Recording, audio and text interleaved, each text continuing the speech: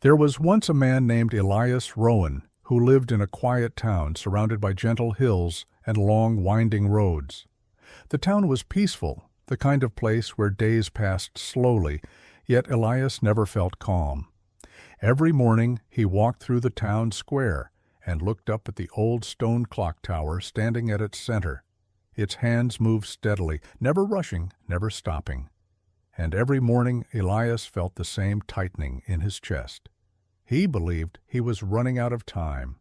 Elias was not unhappy in any obvious way. He had work, a home, and enough money to get by. But inside he lived as though life were always about to slip away. He rushed through meals, cut conversations short, and filled his days with tasks that never truly satisfied him. He told himself he would rest later, live later, enjoy later. But later never came. When his parents passed away one after the other, Elias stood quietly at their funerals, stunned by how quickly years could disappear. He remembered all the times he had said, "next time," and felt the weight of those words settle heavily on his heart. From that day on, his fear of time only grew stronger. One evening, as the sun sank low and painted the sky in warm colors, Elias lingered in the town square longer than usual. The clock tower chimed, its sound echoing through the empty streets. That was when he noticed an old man sitting on a bench beneath the tower. The man's clothes were simple and worn, his hair silver, his eyes calm and observant. "You look like someone who owes time a great debt," the old man said. Elias stopped, surprised. "Time matters," he replied defensively. "Yes," the old man said with a gentle smile, "but not in the way you think. If you truly believe you don't have enough time, perhaps you would like to borrow some." Elias laughed nervously, unsure whether to be amused or offended, but the old man's expression remained serious. "Meet me here tomorrow at sunrise," he said. "If you come, I'll lend you time. If you don't, you lose nothing." That night, Elias could not sleep. At dawn, driven by curiosity and fear, he returned to the square. The old man was already waiting. Without a word, he handed Elias a small leather-bound notebook. "Each day you borrow will be recorded here," the man said. "You'll have more energy, more hours, more clarity."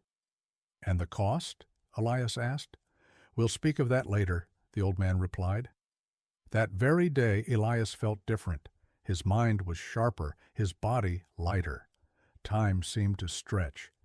He finished his work easily, walked through the town without rushing, and noticed the warmth of the sun on his face. For the first time in years, he felt ahead of time instead of chased by it. So he borrowed more.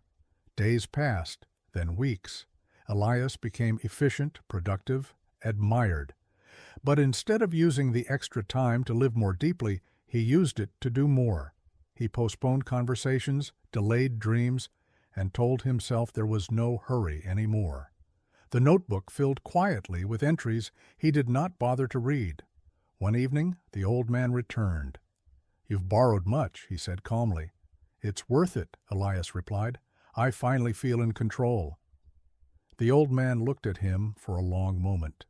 Control is not the same as fulfillment. Soon after, Elias began waking up tired. The borrowed time felt heavy.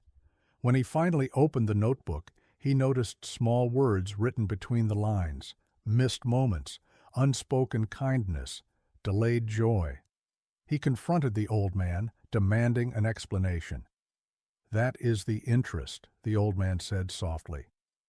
"Borrowed time is taken from moments you choose not to live." Fear replaced confidence. Elias borrowed even more time, trying to escape the feeling, but the more he borrowed, the less present he became. Days blurred, joy faded, and one afternoon, standing in the square, Elias realized something terrifying. While the clock tower moved steadily for everyone else, he felt constantly rushed. He had borrowed time, but lost life. At last, Elias returned the notebook. "I don't want it any more," he said. The old man nodded. "Then repay it." Repayment was not punishment. It was presence. Elias lost the extra hours but gained awareness. Time felt shorter yet fuller. He listened, he rested, he lived. Years later, Elias was often seen sitting beneath the clock tower, smiling quietly as it chimed. When asked why, he would say that he once borrowed time because he was afraid of losing it. Now he borrowed nothing at all, because he had finally learned how to use it. Time cannot be owned or saved. The more you chase it, the faster it escapes. But when you live fully in the moment, time expands on its own. The richest life is not the longest one, but the one truly lived.